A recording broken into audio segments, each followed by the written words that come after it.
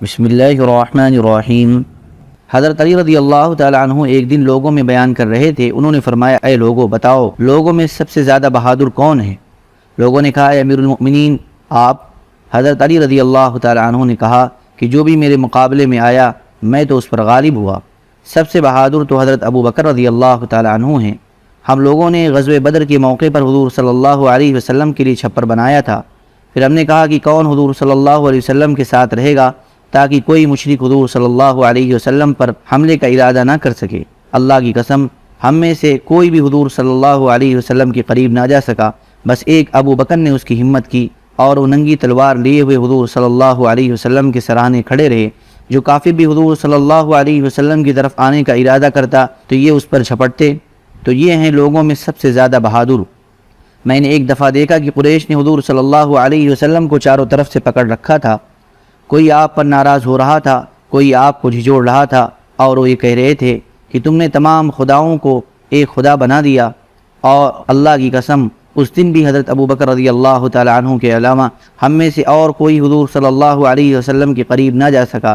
یہ آگے بڑھے کسی کو مارتے تھے، کسی سے لڑتے تھے، کسی کو جھجوڑتے تھے اور کہتے جاتے تھے تمہارا ناس ہو، کیا مار ڈالتے ہو ایک مرد کو اس بات پر کہ وہ کہتا ہے کہ میرا رب اللہ ہے۔ اتنا کہنے کے بعد حضرت علی رضی اللہ تعالیٰ عنہ نے جو چادر اوڑھ رکھی تھی وہ اوپر اٹھائی اور رونے لگے، اور اتنا روئے کہ ان کی داڑھی تر ہو گئی۔ پھر کہا، میں تم سے اللہ کی قسم دے کر پوچھتا ہوں کہ آل فرعون کا مومن بہتر ہے جن کا قرآن میں تذکرہ ہے یا ابو بکر؟ تمام لوگ خاموش رہے۔ حضرت علی رضی اللہ تعالیٰ عنہ نے کہا، اللہ کی قسم ساری زمین آل فرعون کے مومنوں سے بھر جائے تو ان کی زندگی بھر کے اعمال سے حضرت ابو بکر رضی اللہ تعالیٰ عنہ کی ایک گھڑی زیادہ قیمتی ہے۔ آل فرعون کا وہ مومن تو اپنا ایمان چھپا رہا تھا اور یہ اپنے ایمان کا اعلان کر رہے تھے۔ حضرت عبداللہ بن مسعود رضی اللہ تعالیٰ عنہ فرماتے ہیں کہ ایک مرتبہ حضور صلی اللہ علیہ وسلم مسجد حرام میں تشریف فرما تھے، اور ابو جہل بن ہشام، شیبہ بن ربیعہ، عتبہ بن ربیعہ، عقبہ بن ابی معیط، امیہ بن خلف اور دو اور آدمی کل 7 کافر حتیم میں بیٹھے ہوئے تھے، اور حضور صلی اللہ علیہ وسلم نماز پڑھ رہے تھے اور نماز میں لمبے لمبے سجدے کر رہے تھے۔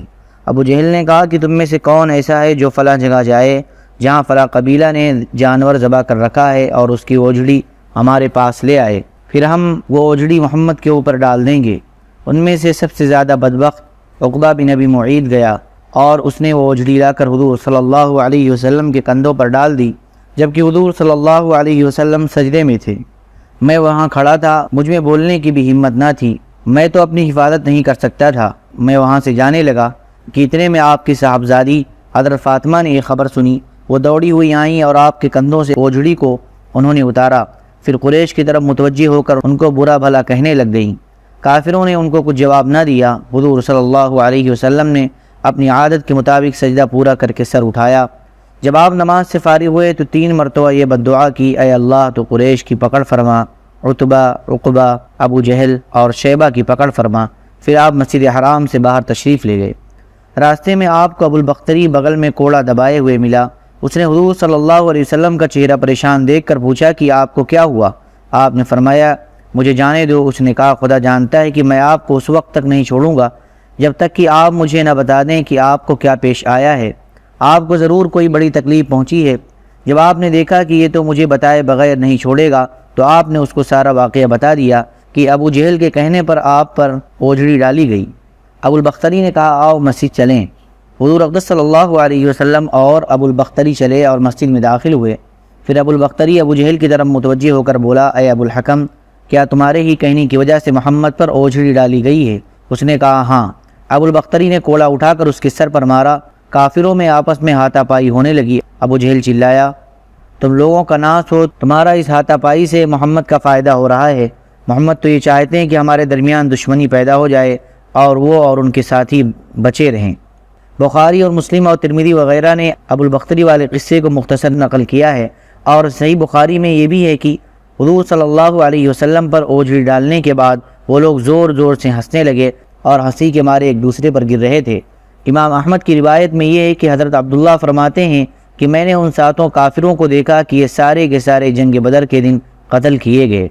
حضرت یعقوب بن عتبہ کہتے ہیں کہ ایک دن حضور اقدس صلی اللہ علیہ وسلم صفا پہاڑی پر تشریف لے جا رہے تھے کہ اچانک سامنے سے آ کر ابو جہل نے آپ کا راستہ روک لیا اور آپ کو بہت تکلیف پہنچائی۔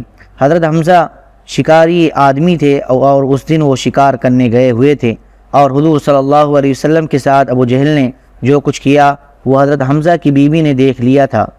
چنانچہ جب حضرت حمزہ شکار سے واپس آئے تو ان کی بیوی نے ان سے کہا، ابو عمارہ، جو کچھ ابو جہل نے آج تمہارے بھتیجے کے ساتھ کیا ہے، اگر تم اسے دیکھ لیتے تو نہ جانے تم اس کے ساتھ کیا کرتے۔ یہ سن کر حضرت حمزہ کو بڑا غصہ آیا، چنانچہ وہ گھر میں داخل ہونے سے پہلے ہی اپنی گردن میں کمان لٹکائے ہوئے اسی طرح چل دیے اور مسجد حرام میں داخل ہوئے۔ وہاں انہوں نے ابو جہل کو قریش کی ایک مجلس میں بیٹھے ہوئے پایا۔ انہوں نے بغیر کچھ کہے ابو جہل کے سر پر زور سے کمان مار دی اور اس کا سر زخمی کر دیا۔ قریش کے کچھ لوگ کھڑے ہو کر حضرت حمزہ کو ابو جہل سے روکنے لگے۔ حضرت حمزہ نے کہا، آج سے میرا بھی وہی دین ہے جو محمد صلی اللہ علیہ وسلم کا دین ہے۔ میں گواہی دیتا ہوں کہ وہ اللہ کے رسول ہیں۔ اللہ کی قسم میں اپنی اس بات سے نہیں پھروں گا۔ اگر تم اپنی بات میں سچے ہو تو مجھے اس سے روک کر دیکھ لو۔ حضرت حمزہ کی مسلمان ہونے سے حضور اقدس صلی اللہ علیہ وسلم اور مسلمانوں کو بہت قوت حاصل ہوئی، اور مسلمان اپنے کام میں اور زیادہ پکے ہو گئے، اور اب قریش ڈرنے لگے کیونکہ انہیں معلوم تھا کہ اب حضرت حمزہ حضور صلی اللہ علیہ وسلم کی ضرور حفاظت کریں گے۔ حضرت محمد بن کعب قرظی مرسلاً روایت کرتے ہیں کہ ایک دن حضرت حمزہ رضی اللہ تعالی عنہ اپنی تیر اندازی سے واپس آئے تو ان کو ایک عورت ملی جس نے ان سے کہا، اے ابو عمارہ، تمہارے بھتیجے کو ابو جہل بن ہشام سے کتنی تکلیف اٹھانی پڑی۔ اس نے برا بھلا کہا، ان کو تکلیف پہنچائی اور یہ کیا اور وہ کیا۔ حضرت حمزہ نے پوچھا، کیا کسی نے ایسا کرتے ہوئے دیکھا؟ اس نے کہا، ہاں، اللہ کی قسم بہت سے لوگ دیکھ رہے تھے۔ حضرت حمزہ وہاں سے چل دیے اور صفا مروہ کے پاس قریش کی اس مجلس میں پہنچے جہاں ابو جہل بیٹھا ہوا تھا۔ اپنی کمان پر ٹیک لگا کر کہنے لگے، میں نے ایسے اور ایسے تیر چلائے اور یہ کیا اور وہ کیا۔ پھر انہوں نے دونوں ہاتھوں سے کمان پکڑ کر ابو جہل کے کانوں کے درمیان سر پر اس زور سے ماری کہ کمان ٹوٹ گئی، اور کہا کہ یہ تو کمان کی مار تھی، اس کے بعد تلوار کی ہوگی۔ میں گواہی دیتا ہوں کہ وہ اللہ کے رسول ہیں اور وہ اللہ کے پاس سے حق لے کر آئے ہیں۔